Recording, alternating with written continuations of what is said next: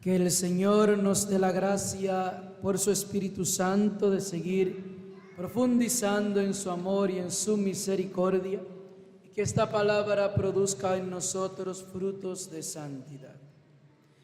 Hermanos y hermanas, en el contexto de estas fiestas patronales, en preparación a la solemnidad de San Pablo VI, para ustedes una solemnidad, la fiesta de su santo patrón, me han pedido meditar brevemente sobre la relación de la oración y la cultura, específicamente la cultura de Villamella. Para iniciar tenemos que partir del valor teológico para poder hablar de la cultura, y es el valor de que Cristo se ha encarnado. Nosotros creemos en un Dios que se encarna. Y ese Dios que se encarna ha asumido toda la realidad. Se encarna en una cultura y en una época. Dios, en la encarnación de Cristo, se hizo comprensible a nuestro entendimiento. Pudimos conocer que tenemos un Padre, pues conocimos a su Hijo. Un Hijo que hizo todo lo posible para hablarnos de Dios. Usó nuestras palabras, usó nuestros gestos, usó nuestra cultura, usó palabras para los maestros de la ley y usó parábolas sencillas para los sencillos para que lo entendieran. Nosotros vivimos en medio de una cultura que tiene su lenguaje y su manera de interpretar al hombre y el mundo.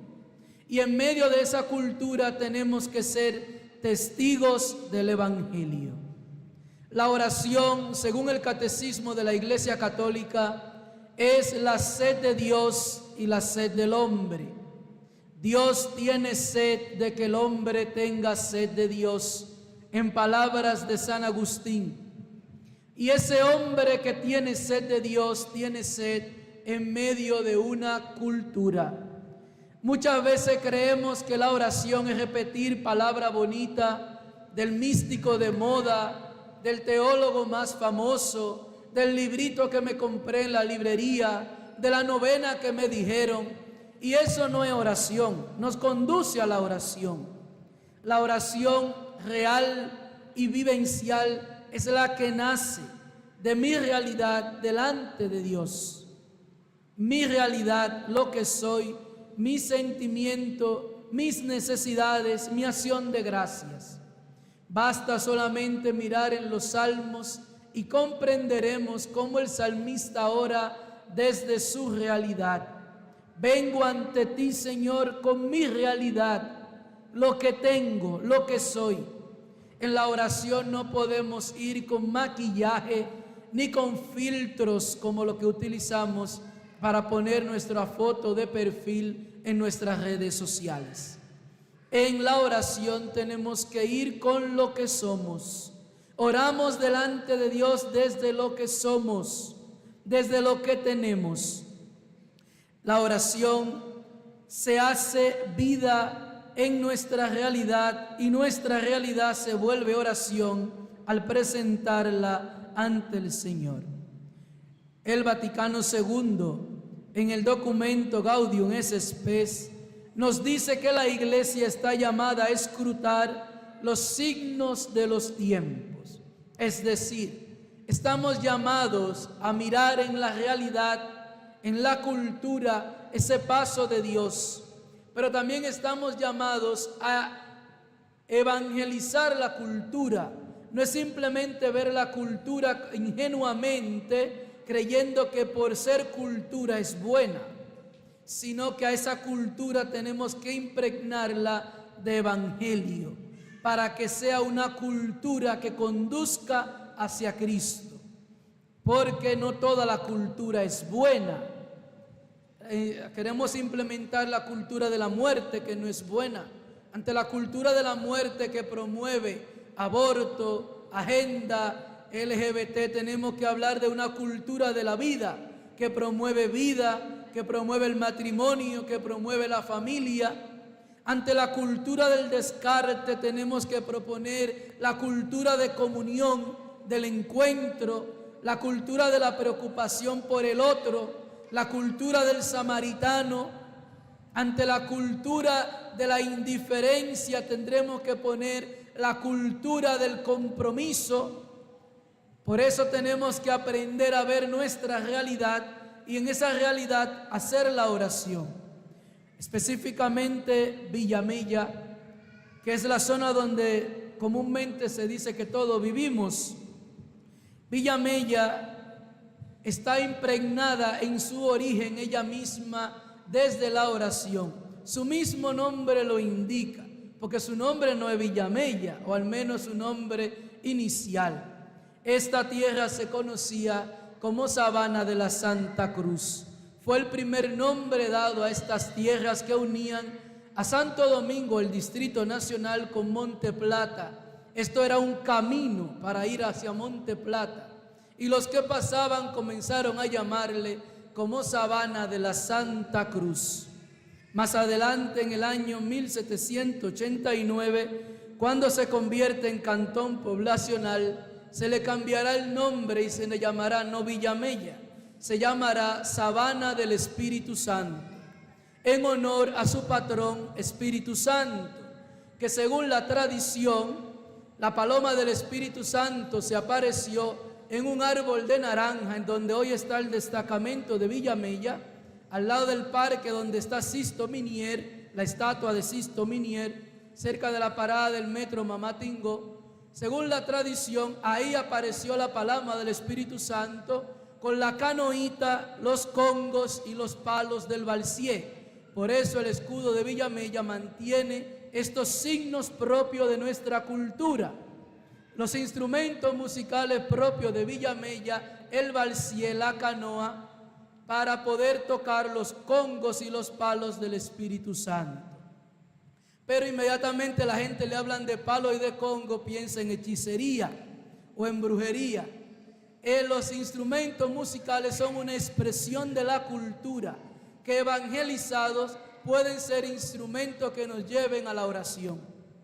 Y esos instrumentos lo que hacen que el pueblo de esta zona, pueblo de Villamella, mantenga costumbres y tradiciones, una mezcla sincrética entre las costumbres africanas y el catolicismo, porque gran parte de esta zona fue poblada por los libertos que venían de la zona colonial, hicieron sus enclaves en esta zona. De ahí se entiende la devoción ancestral a la Dolorita, que se celebra en Punta de Villamella por más de 400 años. Se entiende la cofradía del Espíritu Santo, patrimonio intangible de la UNESCO, reconocida mundialmente.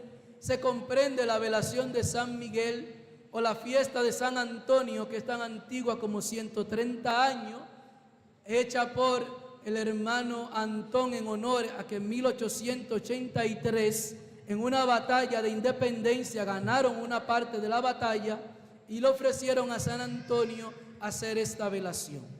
Nos damos cuenta que el pueblo de Villamella nace inmerso en una espiritualidad, inmerso en la oración. Es un pueblo orante. Algunos sociólogos dirán supersticioso. Creerán más en la oración de un santero que en lo que puede hacer un médico. Van a creer más en la oración que puede hacer una doña, que puede hacer un devoto de un santo, antes que la curación que le puede dar un médico. Es importante ver estos orígenes, y yo estoy seguro que el Señor también sabe escuchar la oración que hacemos en Pororó. ¿Sabe usted lo que es Pororó? ¿No sabe usted lo que es Pororó? Pororó es la lengua propia de Villamella. Los primeros nativos de Villamella hablaban Pororó. Todavía hoy en la zona de Licey, San Felipe, El 20, Higüero, podemos encontrar algunas personas que hablan en la expresión Pororó. Una frase muy famosa del Pororó es: dame 5 pombos de dulce y 5 pombos de pombo amargo. Estoy pidiendo, dame 5 pesos de azúcar y 5 pesos de café. Pombo amargo es café, pombo dulce, azúcar. En lengua pororó, o el dialecto, o la parte de pororó, se cortaban las palabras y usted va a escuchar madre es magre, padre, padre, nada es nara, y así sucesivamente. O tabaco se dirá más comúnmente macachimba, en la cultura pororó, macachimba. Y así podemos tener y ver que es un pueblo rico, no solamente en expresiones de música, de lengua, también gastronómicamente. Lamentablemente se ha ido perdiendo porque la gente son un poco descuidado en la gastronomía, y la gastronomía de Villamella implicaba mucho trabajo. Hacer la chola es un esfuerzo muy grande, hacer el bobote, hacer el mismo chicharrón, implica toda una logística gastronómica, una cultura que se fue pasando poco a poco. Pero hablando de la oración, es un pueblo que sabe orar y ora desde sus costumbres de origen africana mezclada con el catolicismo. Por eso van a reconocer la santería muy marcada entre nosotros, la fiesta patronal de Espíritu Santo, la de Nuestra Señora del Rosario en Ceuta, una de las fiestas más famosas también, la de San Antonio, como decían, que inició Marcos Adón por la victoria obtenida en el 1863, la fiesta de San Ramón en la Plumita de Sierra Prieta, que tiene 218 años celebrándose, la fiesta del Mamey en honor a Longino de la familia Martínez, la celebración de los novenarios en la Virgen de la Alta Gracia del kilómetro 10,5, la velaciones de Nuestra Señora de los Dolores o la Dolorita en San Felipe de Villamella por la familia Moreno y la familia, ahí están también la familia Brazován, están los Maní, los Pripri, la fiesta San Miguel. Cada una de esas expresiones hablan de una oración. Podemos discutir si la oración es verdaderamente católica, que no lo es porque es una mezcla de la cultura, la religiosidad, la devoción y la fe. Pero esa es la forma donde se mantuvo la fe. Es la forma en que el pueblo de esta zona pudo mantener y vivir su experiencia de fe. Y la oración se hacía desde la vida. ¿Qué oraba la persona? Oraba para pedir la salud, oraba para pedir un trabajo, oraba para pedir la curación, oraba para pedir una casa. La oración acompañaba el día a día de nuestra vida. ¿Cómo se vuelve cultura? La oración se vuelve un grito de día a día del hombre delante de Dios.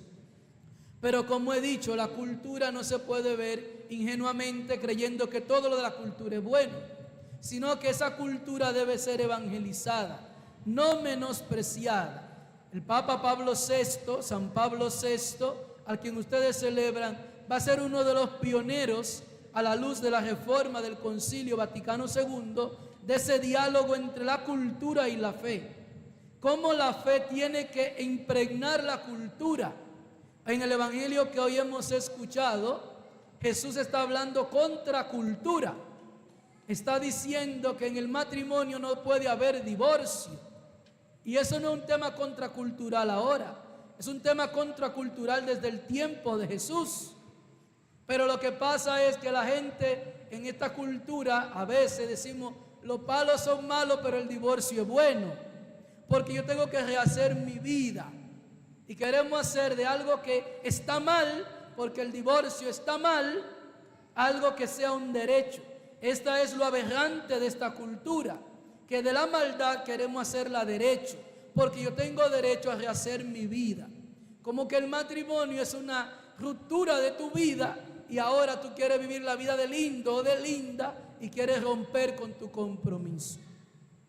Tenemos que aprender a ver la cultura como un canal y un medio donde podemos anunciar el Evangelio, no ingenuamente, porque en una falsa ingenuidad cultural podemos nosotros perder de vista nuestra misión, sino que tenemos que hacer de la cultura una aliada. Pero esa alianza no puede ser en detrimento del Evangelio, tiene que ser impregnada toda ella de Evangelio, Tiene que ser toda ella impregnada de Cristo, para que Cristo se vuelva cultura, para que Cristo se vuelva algo natural en nuestro día a día. En Villamella, ya casi no, porque se ha ido perdiendo mucho de esto, era natural el bailar los atabales, el bailar los congos, la velación, los 9 días, el banco al final de los 7 años del muerto, el cabo de año después del primer año.